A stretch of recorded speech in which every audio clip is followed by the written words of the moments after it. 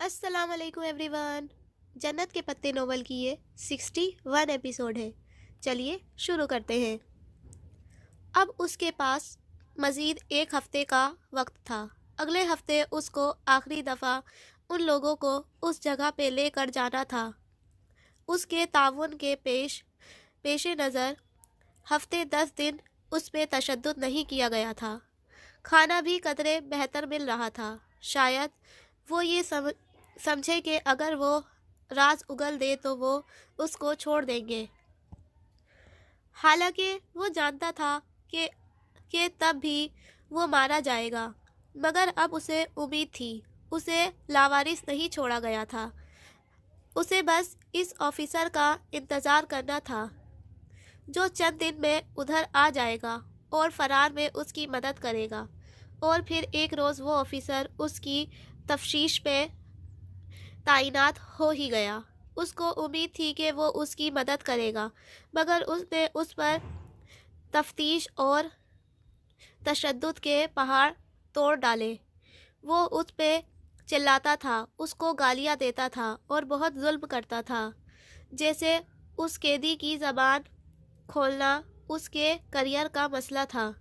وہ اس آفیسر کے بارے میں شش و پنج میں مبتلا ہو گیا۔ ہو سکتا ہے وہ لڑکی بھی انہی بھارتیوں کی بھیجی گئی ہو تاکہ وہ اس آفیسر کو اپنا ہمدرد خیال کر کے اس سے دل کی بات کر بیٹھے۔ مگر پھر اس لڑکی کی فائل پہ اس کا کوڈ نمبر کیسے لکھا تھا؟ وہ کوڈ نمبر پاکستان میں بہت اہم جگہ محفوظ تھا۔ وہ یوں کسی کو نہیں مل سکتا تھا۔ وہ کیا کرے؟ صبر اور انتظار۔ اور ایسی ہی ایک شام جب بھارت اور پاکستان کے کرکٹ میچ میں پاکستان جیت گیا تو اس آفیسر نے غصے اور اشتعال میں تمام گارڈز کو اس پہ کھلا چھوڑ دیا۔ وہ اس کو پیٹتے رہے، مارتے رہے، ڈنڈوں سے، مکوں سے، لاتوں سے اور گالیاں دیتے رہے۔ وہ سہتا رہا اور جب یہ سیشن ختم ہوا تو وہ سب باہر چلے گئے۔ آخری جانے والوں میں وہ آفیسر تھا۔ جب اس نے درد سے کرلاتے سر کو سیدھا کیا اور نیم جان آنکھوں کو کھول کر دیکھنا چاہا تو اس کے سیل کی چابی اس کے ساتھ گری پڑی تھی۔ یہ یقیناً ان گارڈز کی دھکم بیل میں گری تھی، مگر وہ جان گیا تھا کہ وہ آفیسر ان کا اپنا تھا۔ اب وہ یہاں سے نکل سکتا تھا اور اس آفیسر پہ کوئی شک بھی نہیں کر سکے گا۔ اس نے اپنی اور جیہان دونوں کی چمڑی بچانی چاہی تھی۔ کبھی زندگی نے موقع دیا تو وہ اس ہندو آفیسر کے احسان کا بدلہ ضرور پورا کرے گا۔ کاش وہ اس کے لیے کچھ کر سکتا۔ 3 دن تک اس نے خاموشی سے انتظار کیا۔ چابی اس نے چھپا لی تھی۔ جب زخم ذرا بھر گئے تو ہولی آ گئی، تہوار کا دن۔ سب اس روز مگن تھے۔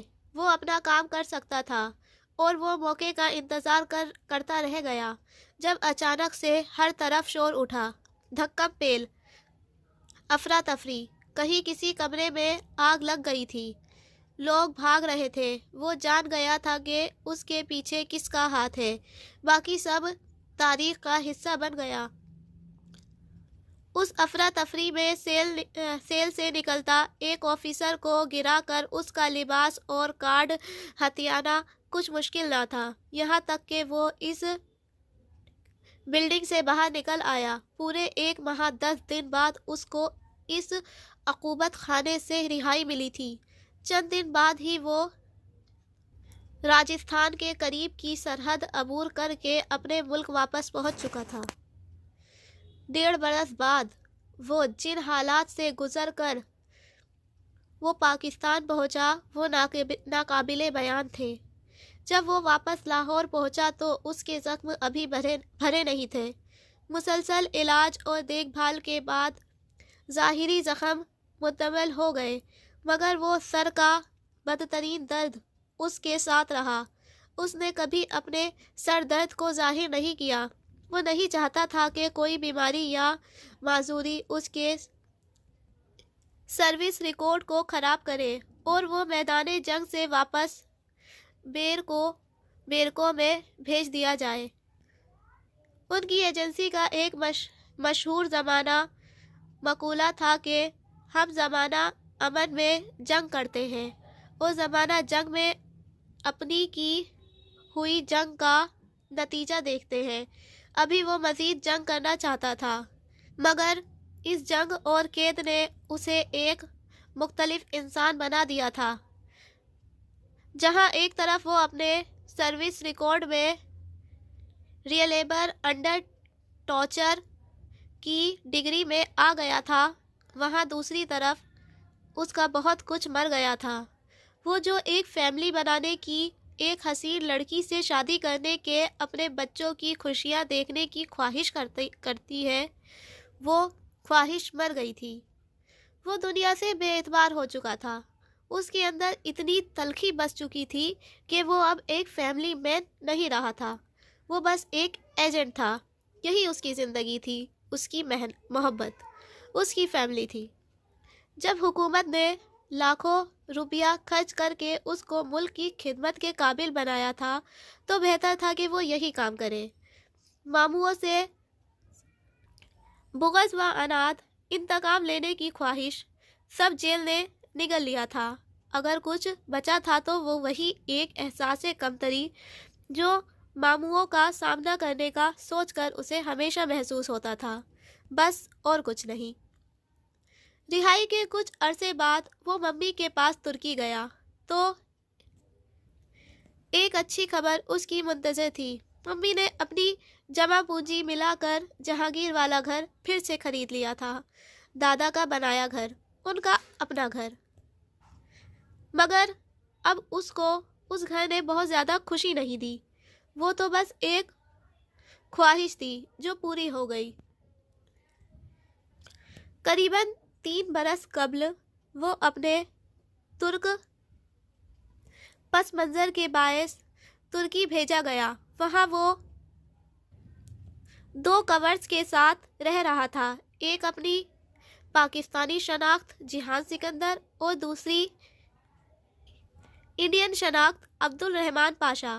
اپنے کام کے سلسلے میں آج کل وہ اسلام آباد واپس آیا ہوا تھا اور ممی کے مسلسل زور پر وہ بالآخر ماموں کے گھر جانے کے متعلق سوچ رہا تھا کہ ہوٹل میں اپنی منکوحہ کو اتفاقاً دیکھ لینے کے بعد اس کا ارادہ مزید ڈانوڈول ہو گیا اور بعد میں بھی شاید وہ ماموں سے ملنے کی کوشش کرتا، مگر وہ لڑکی استنبول آ رہی تھی، یہ خیال اسے پریشان کرنے کے لیے کافی تھا۔ اسے کچھ نہ کچھ ایسا کرنا تھا جس سے وہ لڑکی کو روک پائے، مگر کیا، یہ ابھی اسے طے کرنا تھا۔ وہ بیسن کی ٹوٹی پہ جھکا چہرے پہ پانی کے چھینٹے ڈال رہا تھا۔ جب اسے یقین ہو گیا کہ وہ مکروہ صورت اس کی جلد سے ہر نشان چھوڑ کر چکی ہے تو اس نے چہرہ اٹھا کر باتھ روم کے آئینے میں دیکھا۔ ماتھے پہ سامنے کو گرے اس کے گہرے بھورے بال اور منہ دھلا دھلایا ہو چکا تھا۔ اس نے اسٹینڈ سے لٹکتا تولیہ اتارا اور منہ رگڑتا باہر آیا۔ لانچ میں ٹی وی چل رہا تھا، اس کا لیپ ٹاپ بھی آن پڑا ہوا تھا۔ صوفے پہ بیٹھتے ہوئے اس نے تولیہ ایک طرف ڈالا، پھر لیپ ٹاپ گود میں رکھتے ہوئے اس نے موبائل نکالا۔ اسے ممی کو فون کرنا تھا۔ دوسری جانب گھنٹی جا رہی تھی۔ وہ منتظر سا اسے سنتا گیا۔ ذہن کے پردوں پہ آج کے واقعات پھر سے چلنے لگے تھے۔ گزشتہ رات ماموں کے گھر سے نکلتے ہوئے اس کے ذہن میں ایک لاحِ عمل تشکیل پا رہا تھا۔ جو آخری چیز وہ اپنی مشکل زندگی میں نہیں چاہتا تھا وہ اپنی بیوی کا اس شہر میں آ کر رہنا تھا جہاں وہ پہلے ہی ایک مقیم ایجنٹ کی حیثیت سے 2 زندگیاں گزار رہا تھا۔ اب اسے کسی نہ کسی طرح اس لڑکی کو روکنا تھا۔ جب اس نے کچن میں سفید پھول رکھے تھے تو اس کے ذہن میں مکمل لاحِ عمل نہیں تھا، مگر پھر بھی وہ جاتے وقت اس کی کار پہ ایک جیپی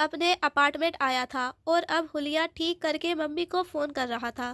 ممی نے فون اٹھاتے ہی سب سے پہلے وہی پوچھا جس کی اسے توقع تھی۔ تم ماموں سے ملنے گئے تھے؟ جی، مگر ابھی میری سائمہ بھابھی سے بات ہوئی ہے، انہوں نے تو نہیں بتایا۔ وہ حیران ہوئی۔ آپ 2 منٹ تسلی سے میری بات سنیں گی؟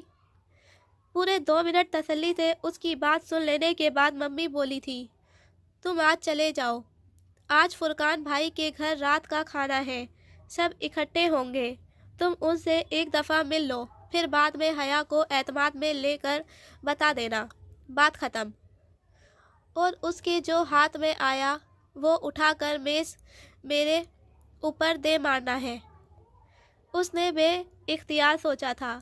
پھر چند منٹ لگے اسے ممی کو راضی کرنے میں، اور وہ بامشکل اس کی بات پہ متفق ہوئی کہ ابھی ماموں سے ملنے کے بجائے بہتر ہے کہ پہلے وہ ماموں کی بیٹی سے مل لے، ہو سکے تو اسے روک دے، اور اگر اس کے رکنے کی کوئی صورت نظر نہیں آتی اور وہ 5 ماہ کے لیے استنبول آ رہی ہے تو پھر اسے ان لوگوں کو اپنے بارے میں آگاہی نہیں دینی چاہیے۔ یہ اس کی جاب کے اصول کے خلاف تھا۔ اسے ترکی میں اپنے ارد گرد کوئی ایسا شخص چاہیے تھا جو اس بات سے واقف ہو کہ اس کا نام عبدالرحمن پاشا نہیں یا جہان سکندر نہیں بلکہ میجر جہان سکندر ہے۔ اس نہج پہ پہنچ کر ممی راضی ہو گئی۔ ٹھیک ہے، تم کرو جو تمہیں کرنا ہے، میں انہیں نہیں بتاؤں گی کہ تم اسلام آباد میں ہو۔ وہ خوش نہیں تھی مگر خفا بھی نہیں تھی۔ اس نے سکون کی گہری سانس اندر کھینچی۔ اب اس کے پاس اپنے مستقبل کے بارے میں فیصلہ کرنے کے لیے چند روز تھے۔ فون بند کرنے کے بعد وہ فوراً اٹھا اور اپنا اپارٹمنٹ مقفل کر کے باہر آیا۔ ممی نے فرقان ماموں کے گھر فیملی ڈنر کا بتایا تھا۔ اگر وہ یہی بات کارڈ پہ لکھ کر ایک روز پرانی تاریخ کی مہر زدہ لفافے میں ڈال کر گلاب کے پھولوں کے ہمراہ اس کے گھر دے آئے تو یقیناً وہ اس کی توجہ پا لینے میں کامیاب ہو جائے گا۔ اس کے بعد ہی وہ اس کی کوئی بات سنے گی۔ آج بھی وہ اسی پھول والے کے پاس آیا تھا۔ وہ آج بھی اس کے پاس سرخ گلاب نہیں تھے۔ اس نے دل ہی دل میں پھول والے اور سرخ گلاب دونوں پہ لعنت بھیجتے ہوئے سفید گلاب خرید لیے۔ بار بار وہ اپنے موبائل پہ ٹریسر کا اسٹیٹس چیک کرتا تھا۔ اس کی کار ابھی تک گھر نہیں پہنچی تھی۔ اپنی مصروفیات میں سے اس لڑکی کے لیے وقت نکالنا ایک دم ہی اسے بہت دلچسپ لگنے لگا تھا۔ وہ داور کی مہندی کی دوپہر تھی جب ممی کا فون آیا۔ وہ اس وقت آفس سے نکل رہا تھا۔ یہاں سے اسے اپنی وہ کار لینے جانا تھا جو اسے اسلام آباد میں استعمال کرنی تھی۔ ممی کا نمبر اسکرین پہ چلتا بجھتا دیکھ کر وہ ذرا چونکا۔ شاید ممی نے ذہن بدل لیا تھا، ورنہ وہ اس طرح اچانک کال نہیں کرتی تھی۔ مسئلہ ہنگامی صورتحال کے جی ممی، خیریت؟ اپنے دفتر کی مین بلڈنگ سے دور ہٹ کر سڑک کنارے چلتے وہ ان سے بات کرنے لگا۔ تم آج جا کر ماموں سے مل لو۔ وہی ڈھاک کے بعد تین بات پہ جی بھر کے بیزار ہوا۔ ممی، کل رات ہم نے کس بات پہ اتفاق کیا تھا آپ بھول گئیں؟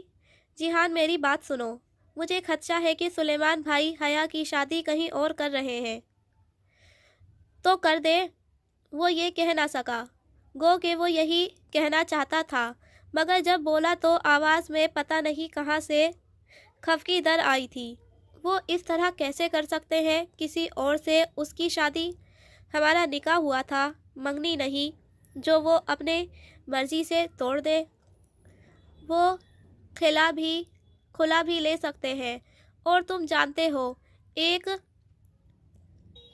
دو پیشیوں میں فیصلہ ہو جایا کرتا ہے بچپن کے نکاح کا، اور اگر انہوں نے ایسا کیا تو اس کے ذمہ دار ہم ہوں گے، اور وہ خود کسی چیز کے ذمہ دار نہیں ہے۔